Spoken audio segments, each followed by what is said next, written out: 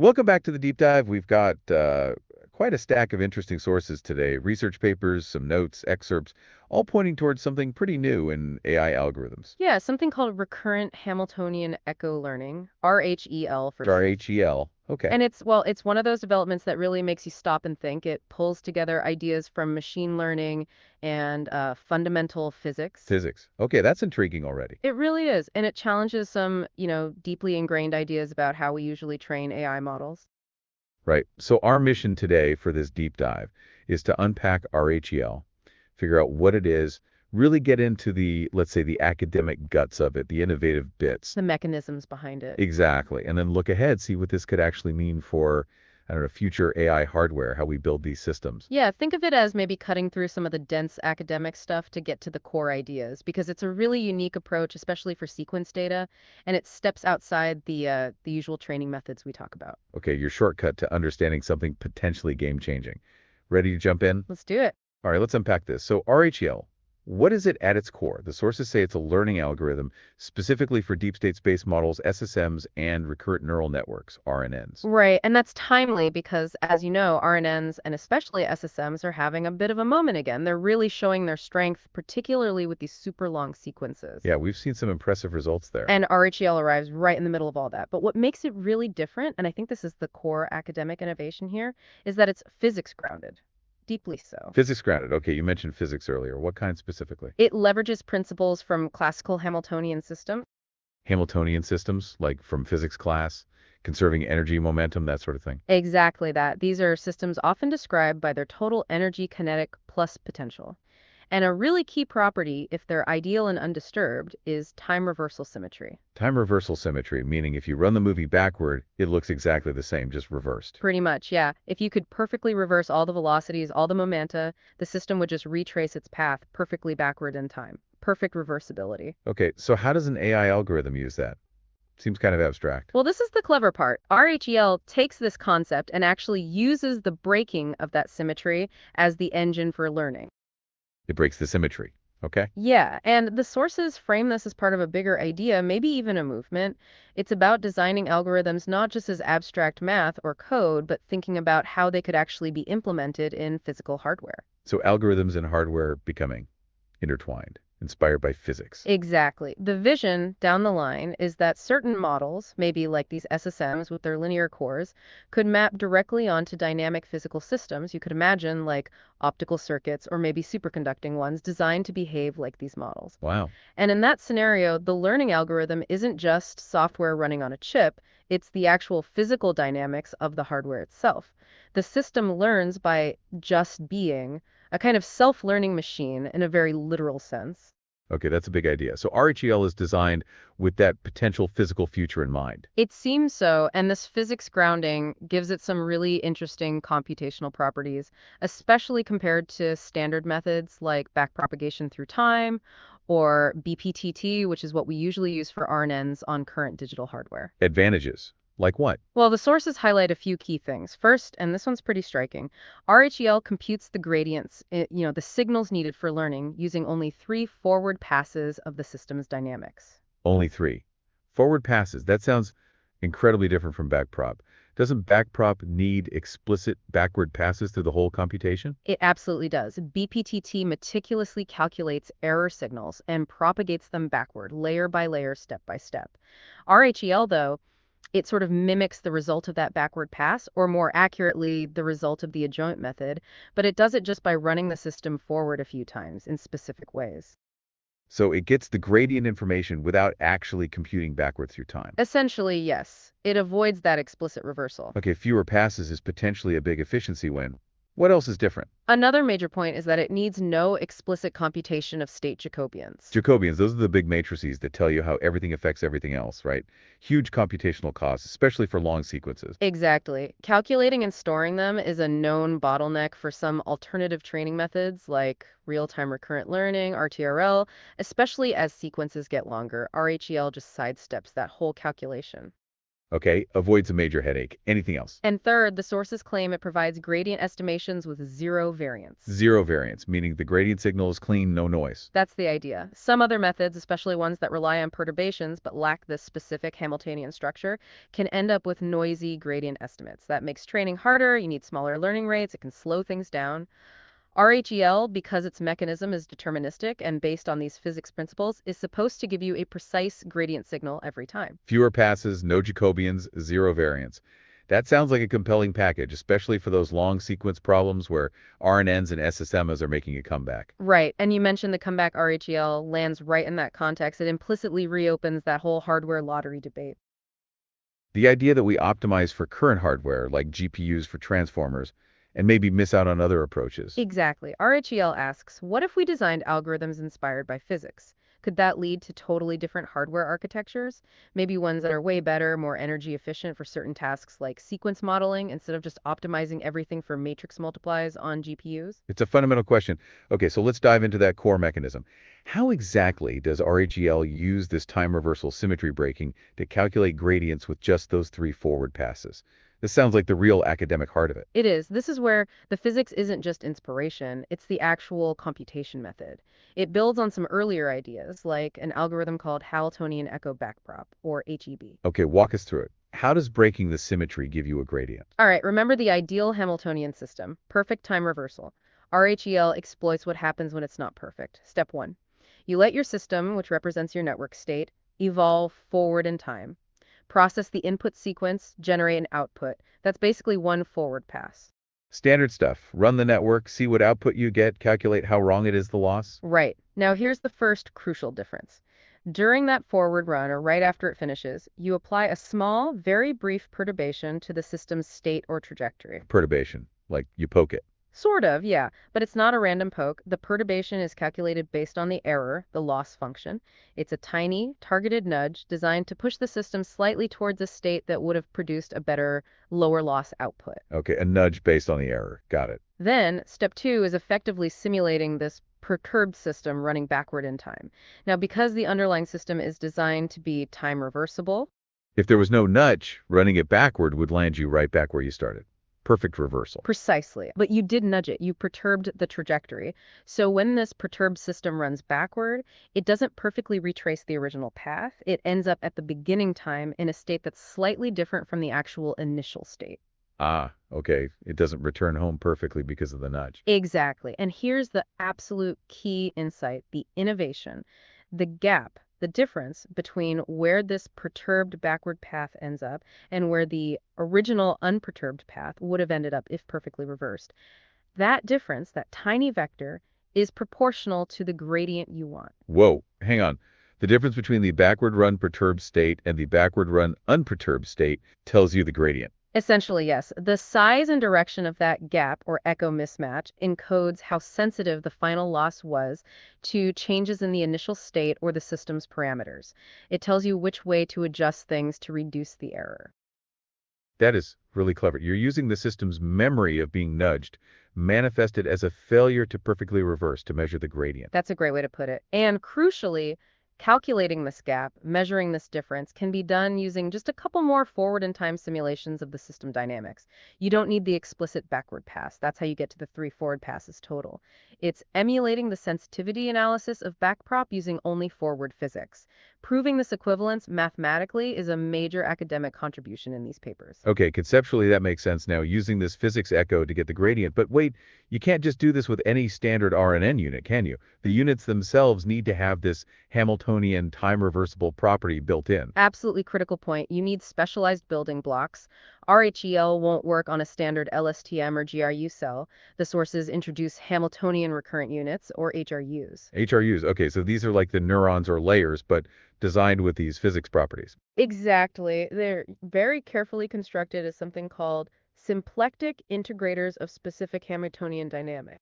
Symplectic integrators. Sounds technical. It is a bit, but the key idea is they are numerical methods specifically designed to simulate Hamiltonian systems over discrete time steps while preserving the essential geometric structure of the dynamics. This structure is vital for long-term stability and, critically for RHEL, for maintaining that time reversal symmetry as accurately as possible even though time is broken into steps.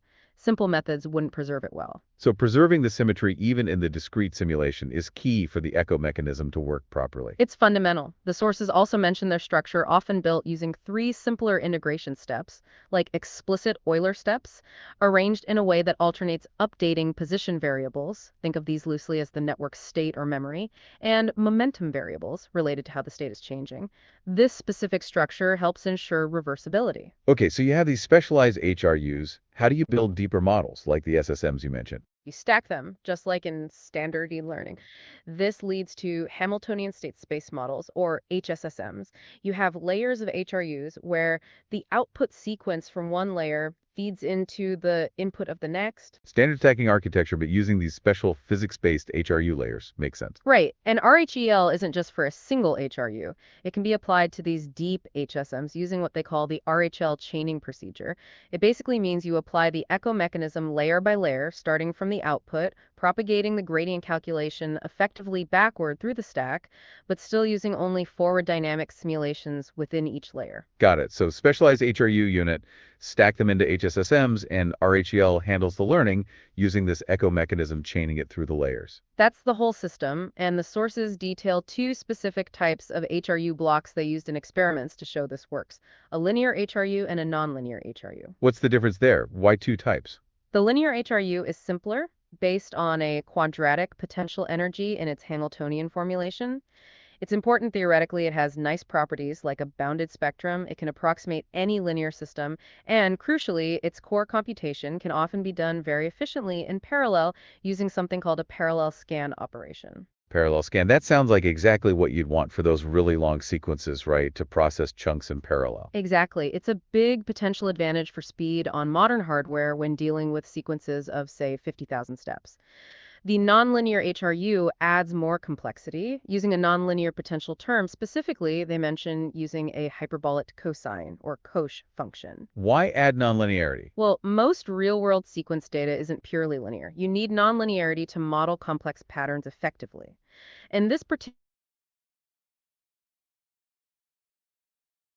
Cosh nonlinearity, they note, is designed partly to help mitigate those classic problems in training RNNs vanishing and exploding gradients. So it adds modeling power while trying to maintain training stability. Okay, so they're not just designing units to fit the RHEL physics, but also making them practical and robust for actual deep learning tasks. That seems like careful engineering. It really does. The academic contribution isn't just RHEL itself, but also designing the model components that allow RHEL to work effectively. And speaking of the academic side, the sources really emphasize the theoretical grounding. This isn't just a neat trick that happens to work. They have proofs. Yes, and this is absolutely vital for accepting a new learning algorithm, especially one based on such different principles. The papers present some key equivalence proofs. These basically show that RHEL, despite its unusual mechanism, actually computes gradients that are mathematically identical to well-established, trusted methods when applied to the right kind of model. Equivalent, like it gets the exact same numerical gradient. Under the right conditions, yes. The first main proof is about continuous time equivalence. They show that RHEL is formally equivalent to the continuous adjoint state method, ASM. ASM. Okay, what's that? Think of ASM as the standard way to get gradients in continuous dynamical systems, like in optimal control theory. It's basically the continuous time analog of backpropagation. So this proof, theorem 3.1 in the paper, says that in a continuous world, RHEL computes the theoretically correct gradient. Okay, good. Theory holds up in the continuous limit, but we train discrete models on computers. What about that? That's the second major proof, discrete time equivalence. For the discrete HRUs we've been talking about, they prove that RHEL is equivalent to backpropagation through time, BPTT, theorem 3.2. BPTT, the gold standard for training RNNs. So if you apply RHEL to an HRU, you get the exact same gradient vector as if you applied BPTT to that same HRU. Precisely. This dual equivalence matching ASM in continuous time and BPTT in discrete time for HRUs is a really significant theoretical result. It bridges this novel, physics-inspired method directly to the bedrock techniques of control theory and deep learning.